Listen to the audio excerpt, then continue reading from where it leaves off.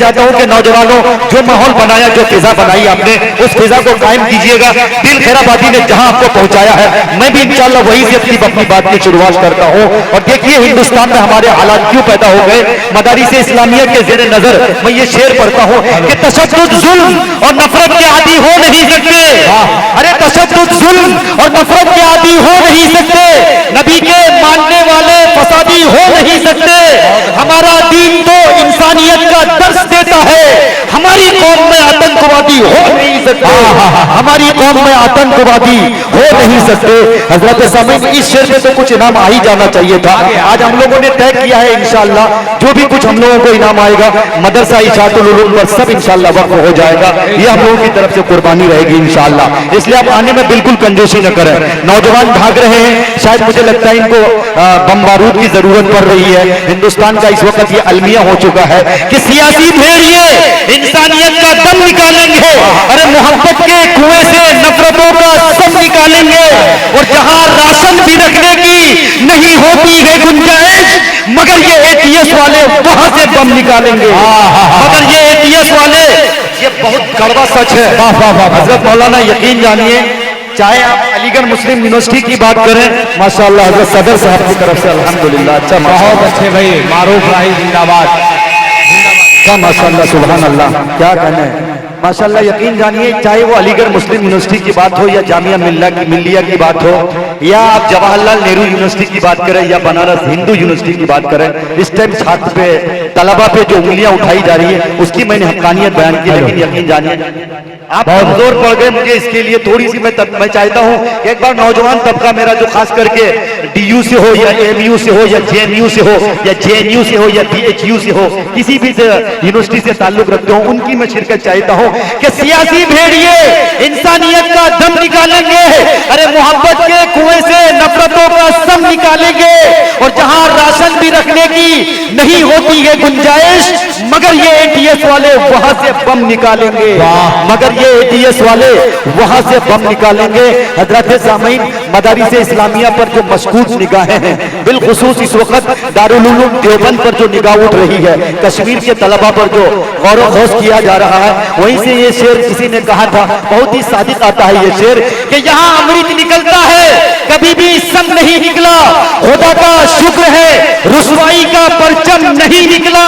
اور یزید وقت کے جاسوسی کتے ہو گئے ناکام, مگر اب تک کسی بھی مدرسے میں بم نہیں نکلا. یزید وقت کے جاسوسی کتے ہو گئے ناکام. بھائی معروف راہی زندہ باد. زندہ باد. مگر اب تک کسی بھی مدرسے میں ارے بم نہیں نکلا. چاہے وہ دارالعلوم دیوبند ہو, انشاءاللہ نہیں نکلے گا بھی. حضرت مولانا کبھی نہیں نکلے. حضرت مولانا صدر صاحب کی طرف سے دوبارہ کا حکم ہو رہا ہے ماشاءاللہ. یہاں امرت نکلتا ہے کبھی بھی سم نہیں نکلا. خدا کا شکر ہے رسوائی کا پرچم نہیں نکلا. اور یزید وقت کے جاسوسی کتے ہو گئے ناکام, مگر اب تک کسی بھی مدرسے میں بم نہیں نکلا. مگر اچھا ماشاءاللہ, مگر اب تک کسی بھی مدرسے میں بم نہیں نکلا. حضرت سامعین, بم بارود کی بات سب کو اچھی لگتی ہے, لیکن یقین جانیے وقت کی قلت دامنگیر وقت بہت تیزی کے ساتھ سفر کر رہا ہے. الحمدللہ پروگرام بڑی آبوتاب کے ساتھ اپنی منزل کی طرف محو سفر ہے, جہاں کرداروں کے جوش و خروش نے محفل کے وقار کو دوبالا کیا ہے, وہیں پر آپ کی توجہ اور انعامات نے بھی چار چاند لگا دیا ہے. ایسی پرکیف فضا میں مناسب معلوم ہوتا ہے کہ سلسلہ تقریر کا بھی آغاز کر ہی دیا جائے, جس کا ہم ابھی تک بڑی بے صبری سے انتظار کر رہے ہیں. حضرت سامعین, تاریخ انسانی اس بات کی شہادت دیتی ہے کہ فن خطابت نے بڑے بڑے گل کھلائے ہیں اور بے شمار کارنامے انجام دیے ہیں. یہی خطابت جب نبی پاک صلی اللہ علیہ وسلم کی زبان مقدس تک پہنچتی ہے تو نصیحت و موعظت بن جاتی ہے. اور اسی خطابت کو جب کوئی قائد و رہبر اختیار کرتا ہے تو ترانہ سیاست بن جاتی ہے. اور اسی خطابت کو جب کوئی خطیب اپناتا ہے تو نصیحت و موعظت بن جاتی ہے. اور اسی خطابت کو جب کوئی مجاہد اپناتا ہے تو نعرہ انقلاب بن جاتی ہے. الغرض کے فن خطابت نے اپنے ہر میدان میں بڑے گہرے نقوش و اثرات چھوڑے ہیں. کسی نے کہا تھا کہ خطابت بوجھ جمائے تو پھر ہتھیار بن جائے, کبھی خنجر کبھی نیزہ کبھی تلوار بن جائے. اور خطابت کی گلفشانی مسلم ہے اس زمانے میں یہ نجاشی کے آگے جا پڑے تیار بن جائے. حضرات سامعین, خطابت کے بڑے گہرے نقوش و اثرات ہیں. آئیے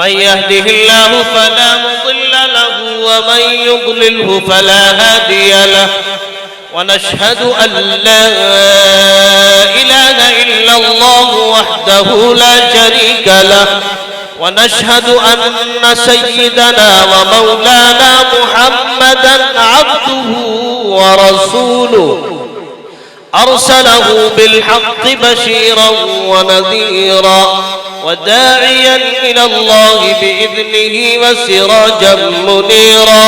وصلى الله تعالى عليه وعلى آله وأصحابه وأزواجه وذرياته وسلم تسليما كثيرا كثيرا. أما بعد فأعوذ بالله من الشيطان الرجيم. بسم الله الرحمن الرحيم. اقرأ باسم ربك الذي خلق، خلق الإنسان من علق. اقرأ وربك الأكرم الذي علم بالقلم، علم الإنسان ما لم يعلم. صدق الله ومولانا العظيم.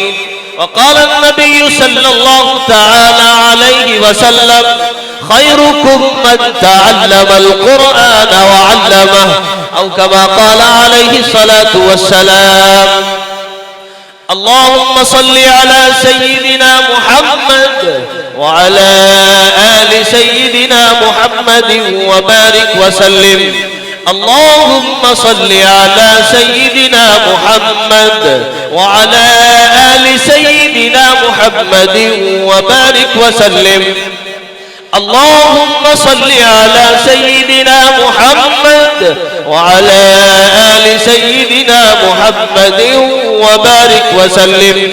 سبحان ربك رب العزة عما يصفون، وسلام على المرسلين والحمد لله رب العالمين.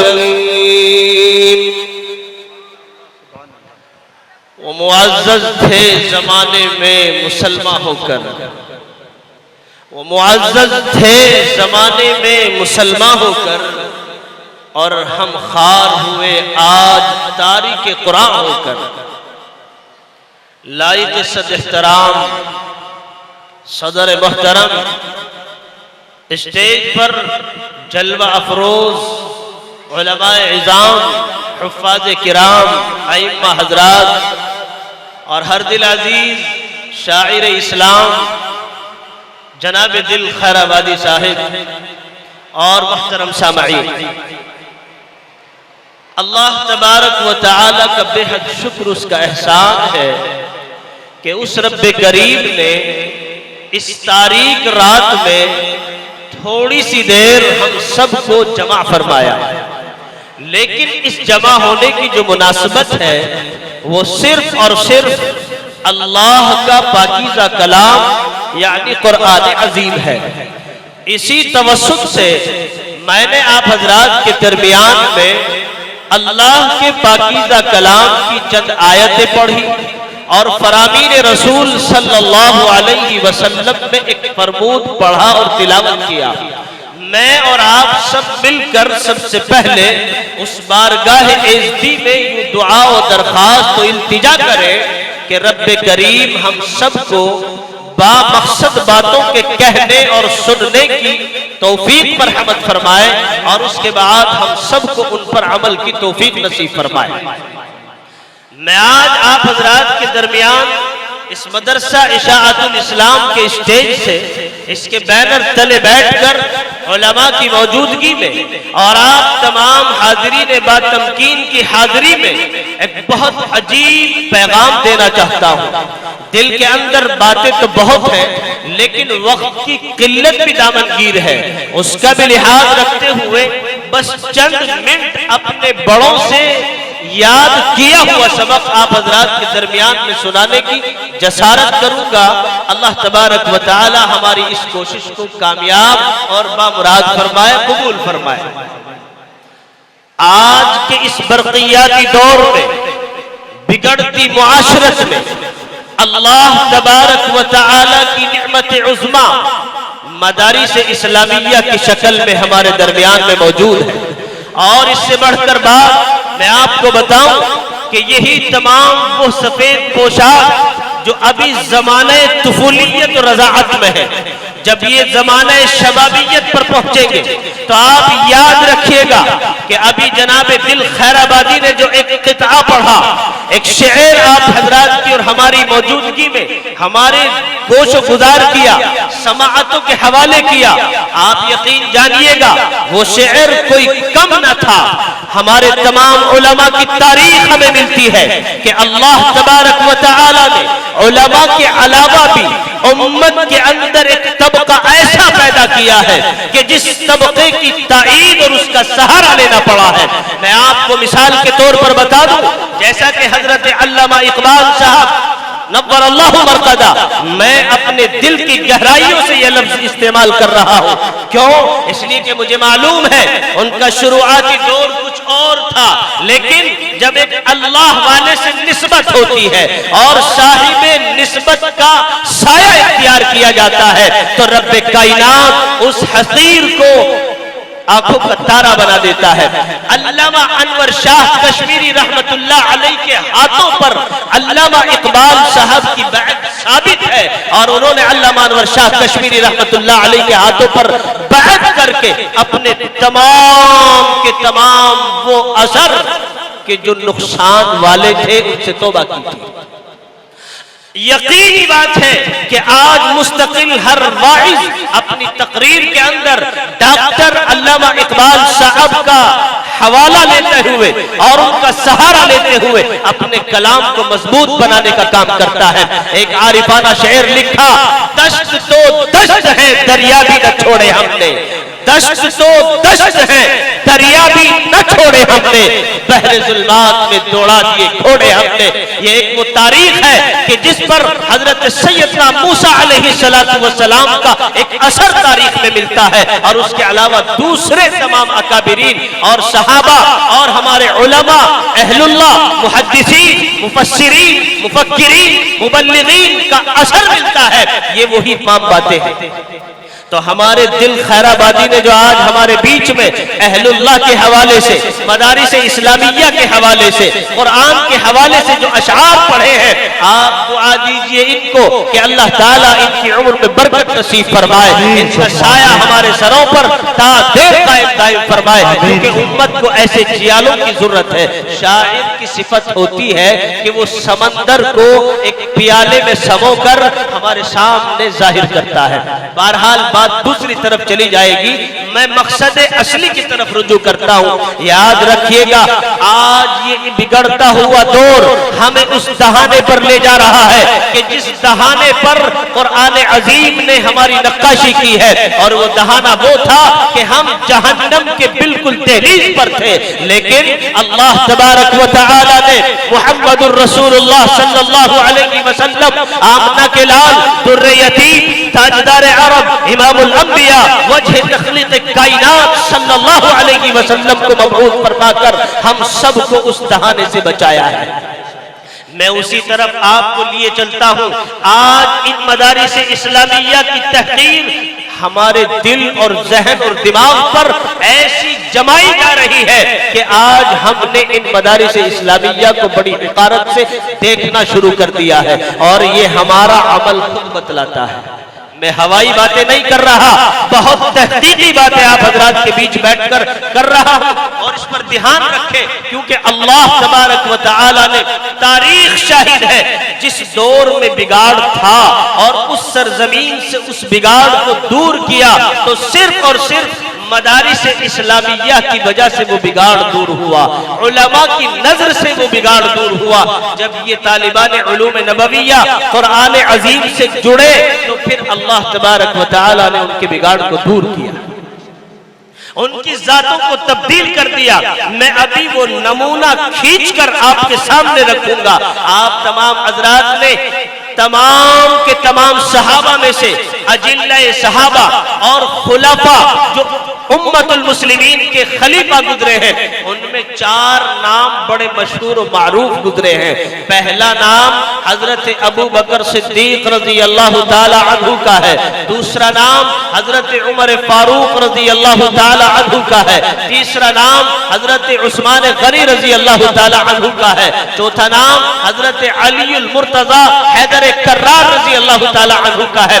آپ تاریخ کا مطالعہ کیجئے، اٹھائیے حیات الصحابہ، اور مطالعہ کرنے کے بعد ہمارے سامنے یہ بات آتی ہے کہ وہی فاروق اعظم ہونے سے پہلے فاروق خطاب تھا، فاروق بن خطاب تھا، یعنی عمر بن الخطاب کے نام سے جانا جاتا تھا. لیکن تاریخ شاہد ہے، مطالعہ کرنے کے بعد یہ بات سامنے آتی ہے کہ وہی حضرت عمر فاروق رضی اللہ تعالی عنہ ہے کہ جب زمانہ جہالت ہے، مشرف با اسلام نہ ہوئے، آغوش شفقت کا سہارا نہ لیا، اور حضور کریم صلی اللہ علیہ وسلم کی صحبت اختیار نہ کی، آپ کے ہاتھوں پر بیعت نہ کی، تو ان کا اس زمانے جاہلیت کا ایک واقعہ یہ ہے کہ ان کا باپ خطاب ان کو اونٹ چرانے کے لیے ایک وادی میں بھیجا کرتا تھا، اور حضرت عمر فاروق رضی اللہ تعالی عنہ نہ تجربے کاری کی حالت میں اپنے اونٹوں کو شام کو گھر واپس بھوکے پیٹ لے جایا کرتے تھے.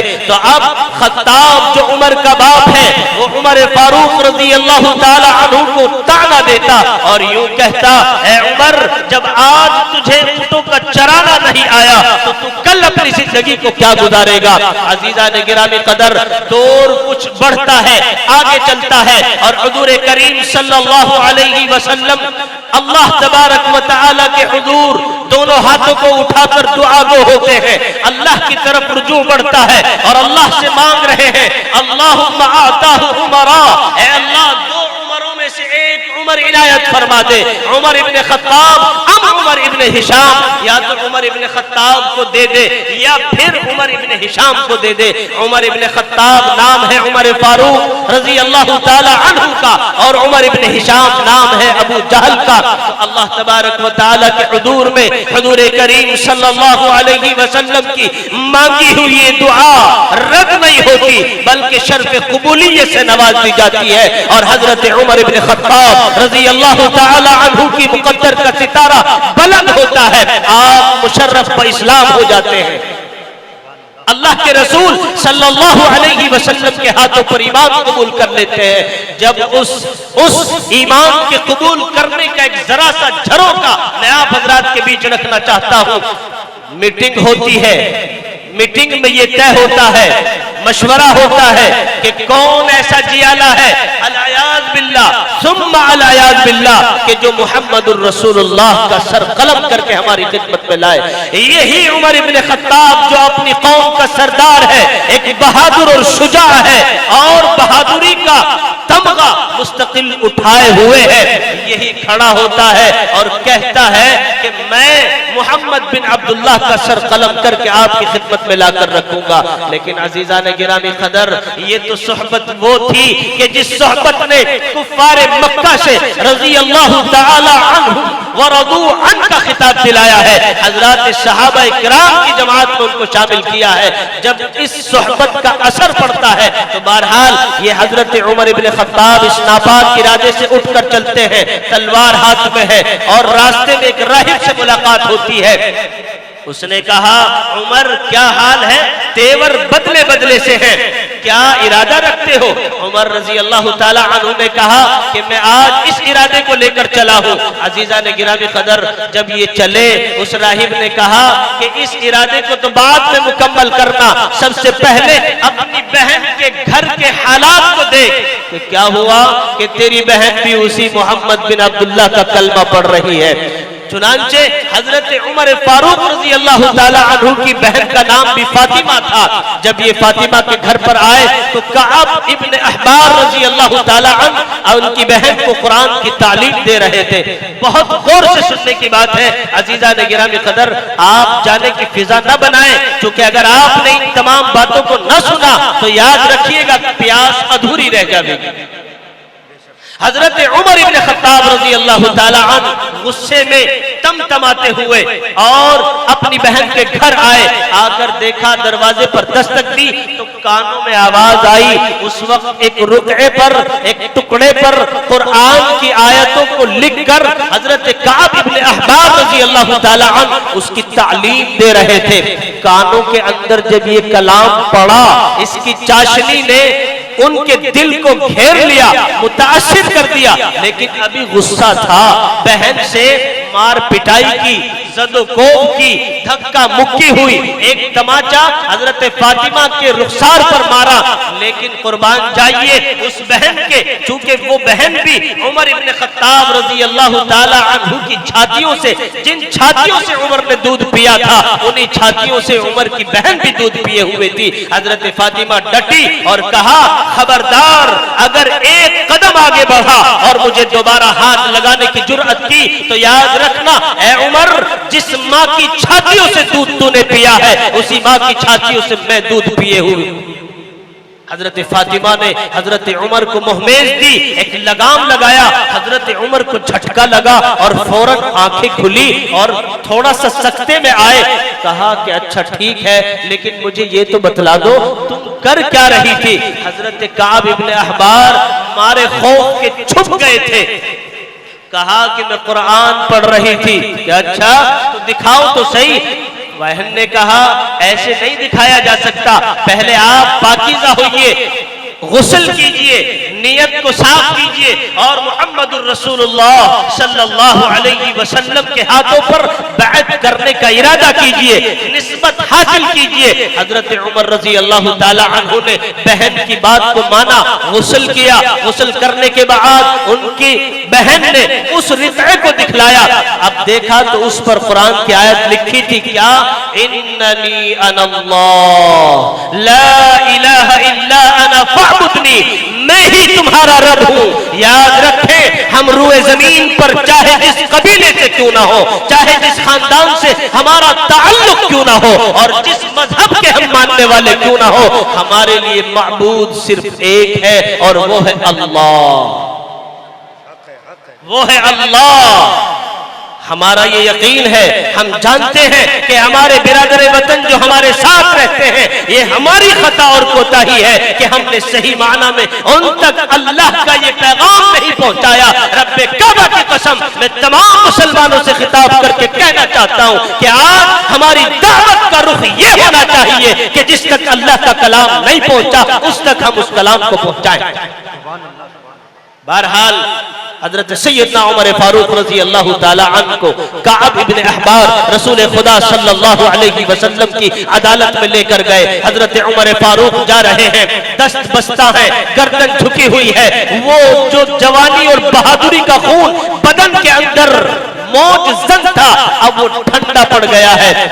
آغوش شفقت کا سایہ لینا ہے۔ حضور کریم صلی اللہ علیہ وسلم کے یہاں بیعت کی، مشرف و اسلام ہوئے، 40 کا عدد مکمل ہوا، صحن کعبہ میں علل اعلان نماز ادا کی گئی۔ بہرحال ایک زمانہ یہ تھا کہ جہالت کا تھا، اونٹ بھی چرانے نہیں آتے تھے، لیکن جب تعلق قرآن سے ہوا، نسبت قرآن سے جڑی، اللہ کے رسول سے جڑی، اور حضور کریم صلی اللہ علیہ وسلم کی صحبت کا سایہ مکمل ملا، تو اب اتنے کامل و اکمل ہوئے کہ اب آگے کا زمانہ بڑھتا ہے، ایک وقت آتا ہے، یہی عمر ابن خطاب ہے، عمر ابن خطاب ہے، لیکن حضور کریم صلی اللہ علیہ وسلم نے مقدمۃ الجیش بنا کر، ایک قافلے کا امیر کارواں بنا کر مستقل بھیجا اور دین کی ذمہ داریاں دے کر کاندھوں پر سپرد کر کے اس کے بعد روانہ کیا۔ اب یہ حضرت عمر فاروق رضی اللہ تعالی عنہ ہے، اب نکل رہے ہیں، اسی وادی سے گزر ہو رہا ہے، دوسری جگہ پر کھڑے ہوئے، تھوڑی سی دیر ٹھک کے توقف کیا، تمام ماننے والے پیچھے موجود ہیں، گرمی کی تمازت ہے، پتھریلی زمین ہے، عرب کا وہی سنگلاخ علاقہ ہے اور وہی پتھریلی وادیاں ہیں، اس وادی پر ٹھہر کر دیکھ رہے ہیں اور اپنی ماضی میں جھانک رہے ہیں۔ تمام ماننے والوں نے کہا، قافلے والوں نے کہا، عمر کیا بات ہوئی؟ اپنے آپ کو کیوں زحمت میں ڈالے ہوئے ہیں؟ پسینے سے شرابور ہے، لبا لب پسینہ بہ رہا ہے۔ حضرت عمر ابن فاروق خطاب فاروق اعظم رضی اللہ تعالی عنہ کو آگے بڑھ کر ایک ساتھی کہتے ہیں، یا امیر المؤمنین اگر آپ فارغ ہو گئے ہو تو آگے بڑھے۔ حضرت عمر رضی اللہ تعالی عنہ نے کہا کہ ہاں میں فارغ ہو گیا، لیکن انہوں نے پوچھا کہ کھڑے ہونے کی وجہ کیا تھی، ذرا بتلائیں تو صحیح۔ حضرت عمر ابن خطاب رضی اللہ تعالی عنہ بیان کر رہے ہیں، میرے دینی بھائیوں، میرے ایمانی بھائیوں، یہاں سے ہم بہت غور کے ساتھ سنیں، عمل کی نیت سے سنیں، اپنے ضمیر کو مہمیز لگانے کی نیت سے سنیں کہ عمر ابن خطاب فاروق اعظم جواب دیتے ہیں کہ میں اپنی ماضی کا وقت یاد کر رہا تھا، ایک دور وہ تھا کہ مجھے اونٹ بھی چرانے نہیں آتے تھے، لیکن جب سے اللہ کے پاکیزہ کلام یعنی قرآن سے میری نسبت جڑی ہے، رسول اللہ کے ہاتھوں پر بیعت کی ہے، اللہ کے رسول کی صحبت کو اختیار کیا ہے، آج زندگی میں اتنی تبدیلی کہ آج میرا یہ وقت کہ زمانے جاہلیت میں مجھے اونٹ بھی چرانے نہیں آتے تھے، لیکن آج بھی وہی وادی ہے، میں ٹھہرا اس لیے تھا کہ آج وہ وقت ہے، ایک وقت وہ تھا کہ مجھے اونٹ چرانا نہیں آتے تھے، لیکن آج اللہ تبارک و تعالی کا فضل ہے کہ میں دین کی امارت کو اپنے کاندھوں پر لے کر مستقل سفر کر رہا ہوں۔ عزیزان گرامی قدر، آج ہم نے قرآن سے اپنے تعلق کو ختم کر رکھا ہے، اور میں اس بات کو ایسے ہی نہیں کہہ رہا، میرے دل کے اندر بھی ایک درد ہے، ایک ٹیس ہے اپنے اس پورے علاقے کو لے کر۔ خدا کی قسم جس طریقے سے آج ہماری دیگر دوسری تعلیموں سے رغبت دیکھی جاتی ہے، قرآن سے واللہ ایسی رغبت ہماری نہیں ہے، یہ ہمارے اندر بڑی کوتاہی ہے۔ اور یاد کیجئے قرآن کی اس آیت کو، مسلمانوں اپنے ضمیر کو جھنجھوڑو اور اپنے اندر بیداری پیدا کرو۔ اگر آج آپ نے ان مدارس اسلامیہ سے اپنے تعلق کو مضبوط نہ کیا، ان علماء کی قدر نہ کی، ان ائمہ کا احترام نہ کیا، ان اہل اللہ کی صحبتوں کا سایہ اختیار نہ کیا، تو مجھے کہنے لیے صاحب علم کا مجمع یہاں تشریف رکھتا ہے. میں ان کے درمیان بیٹھ کر بول رہا ہوں کہ ایک وقت امت پر وہ آنے والا ہے کہ ابھی فتنوں کا ظہور شروع ہوا ہے, اس سے بھی زیادہ فتنے ظاہر ہوں گے. فتنہ دجال بھی ظاہر ہوگا, دجالی فتنہ بھی ہمارے سامنے آئے گا.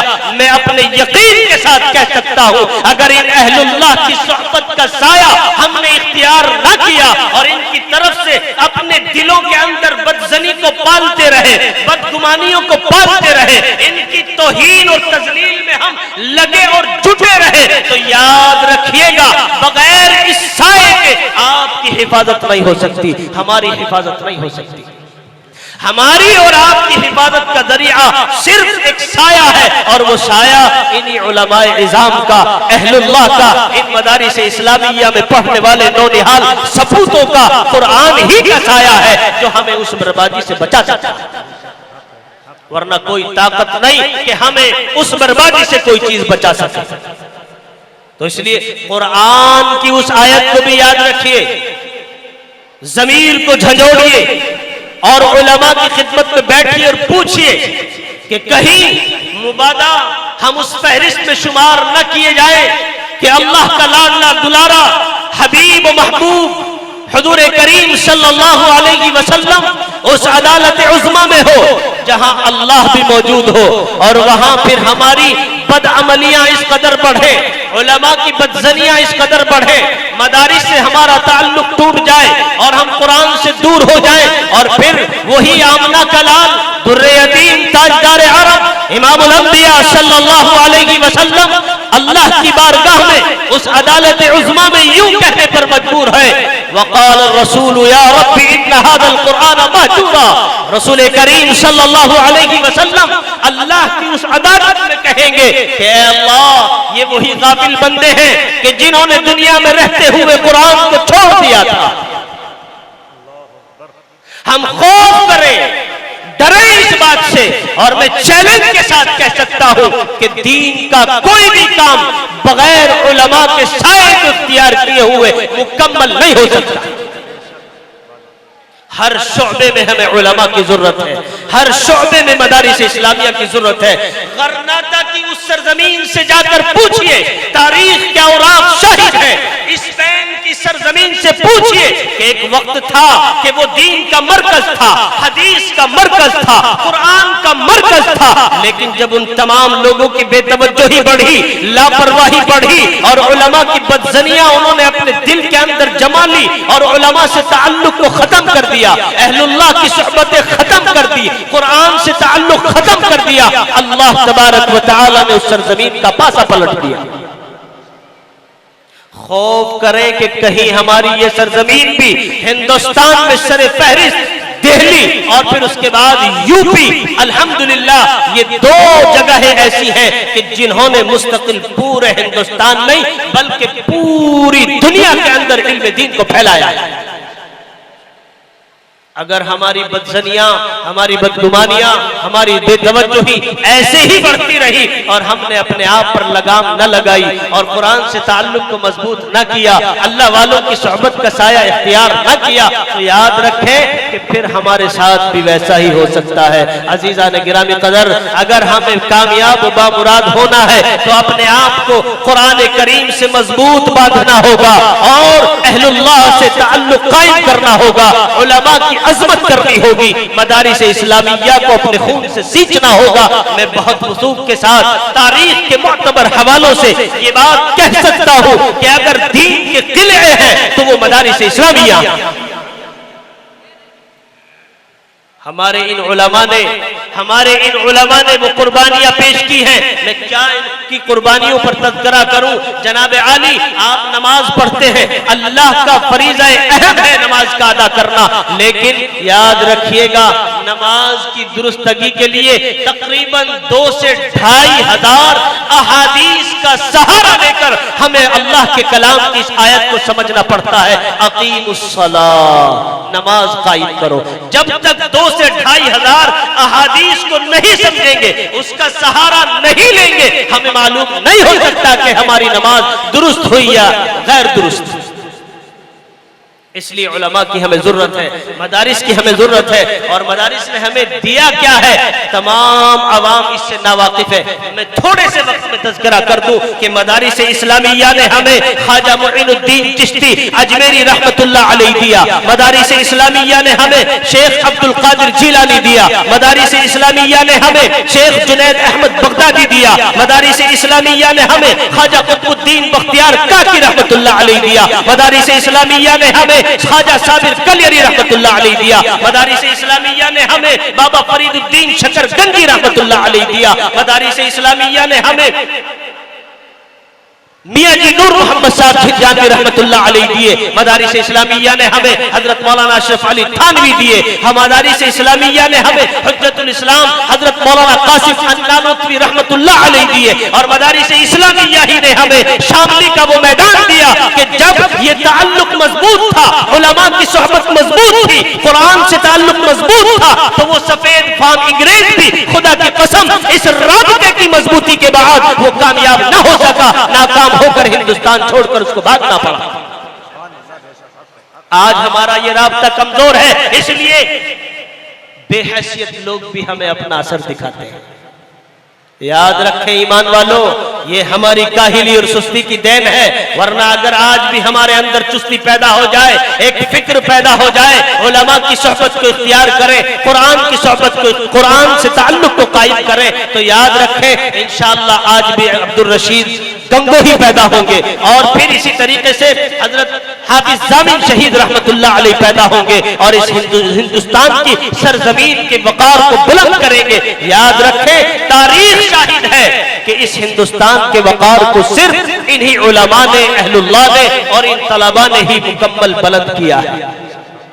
ہماری تمام ضرورتیں مکمل ہوں گی۔ میں آخر میں صرف آپ سے یہی درخواست کروں گا کہ آج ہمیں سب سے پہلا تعلق قرآن کریم سے مضبوط بنانا ہے، علماء سے اپنے تعلق کو مضبوط رکھنا ہے، اور اہل اللہ کی صحبت اختیار کرنی ہے، کیونکہ خانقاہی نظام بھی، درس و تدریس بھی، یہ نبی کریم صلی اللہ علیہ وسلم کی زندگی سے اس کا ہمیں ثبوت ملتا ہے۔ قرآن کریم نے حضور کریم صلی اللہ علیہ وسلم کی زندگی کا 3 ادوار کا معاملہ بیان فرمایا ہے۔ ایک تو وہ کہ ربنا وابعث فیہم رسولا منہم یتلو علیہم آیاتک ویعلمہم الکتاب والحکمہ ویزکیہم، کہ اللہ کی نشانیوں کو، آیتوں کو پڑھ پڑھ کر سنانا، کتاب و حکمت کی تعلیم دینا، اور پھر تزکیہ نفس کرنا، اس کے اندر مستقل نظام شامل ہے ماشاءاللہ۔ تو ہمیں آیتوں کو پڑھنا سیکھنا بھی ہے، اور پھر کتاب و حکمت کی تعلیم دینے کے قابل بھی ہونا ہے، اور تزکیہ نفس بھی کرنا ہے۔ میں اس بات کو اس لیے کہہ رہا ہوں کہ جب اس دعا کو شرف قبولیت سے نوازا گیا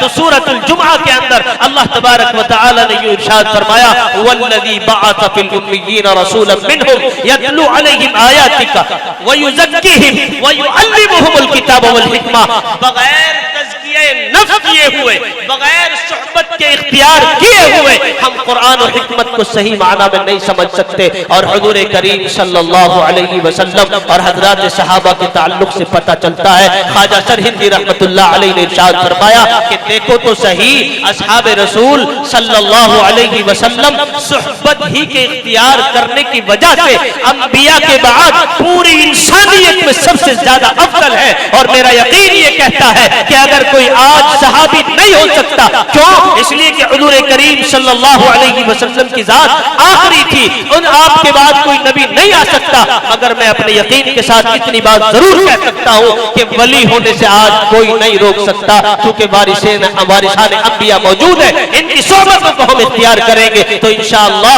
میرا اور آپ کا شمار اہل اللہ میں ہو جائے گا۔ دعا کریں کہ رب کریم مجھے اور آپ کو صحیح معنی میں ان تمام باتوں پر عمل کرنے کی توفیق نصیب فرمائے۔ قرآن عظیم کی جو آیت میں نے آپ حضرات کے سامنے پڑھی تھی اس کا ترجمہ صرف اتنا ہے کہ تم پڑھو اللہ کا نام لے کر جو ہم سب کا پیدا کرنے والا ہے، کیا پڑھو؟ قرآن پڑھو، اور ان تمام باتوں کو سیکھو جو تم نہیں جانتے، چونکہ اللہ تعالیٰ نے ہمیں ان تمام باتوں کو سکھلایا ہے جن کو ہم نہیں جانتے تھے۔ اور رسول کریم صلی اللہ علیہ وسلم نے اس کا ترجمہ یوں کیا خیرکم من تعلم القرآن وعلمہ، روئے زمین پر سب سے بہتر شخص وہ ہے جو قرآن کو سیکھے اور سکھائے۔ عزیزان گرامی قدر، اللہ تبارک و تعالیٰ مجھے اور آپ کو قرآن کی ان آیات اور رسول کریم صلی اللہ علیہ وسلم کے اس فرمود کے موافق اپنی زندگی کو بنانے کی توفیق نصیب فرمائے. وآخر الدعوانا الحمدللہ رب العالمین.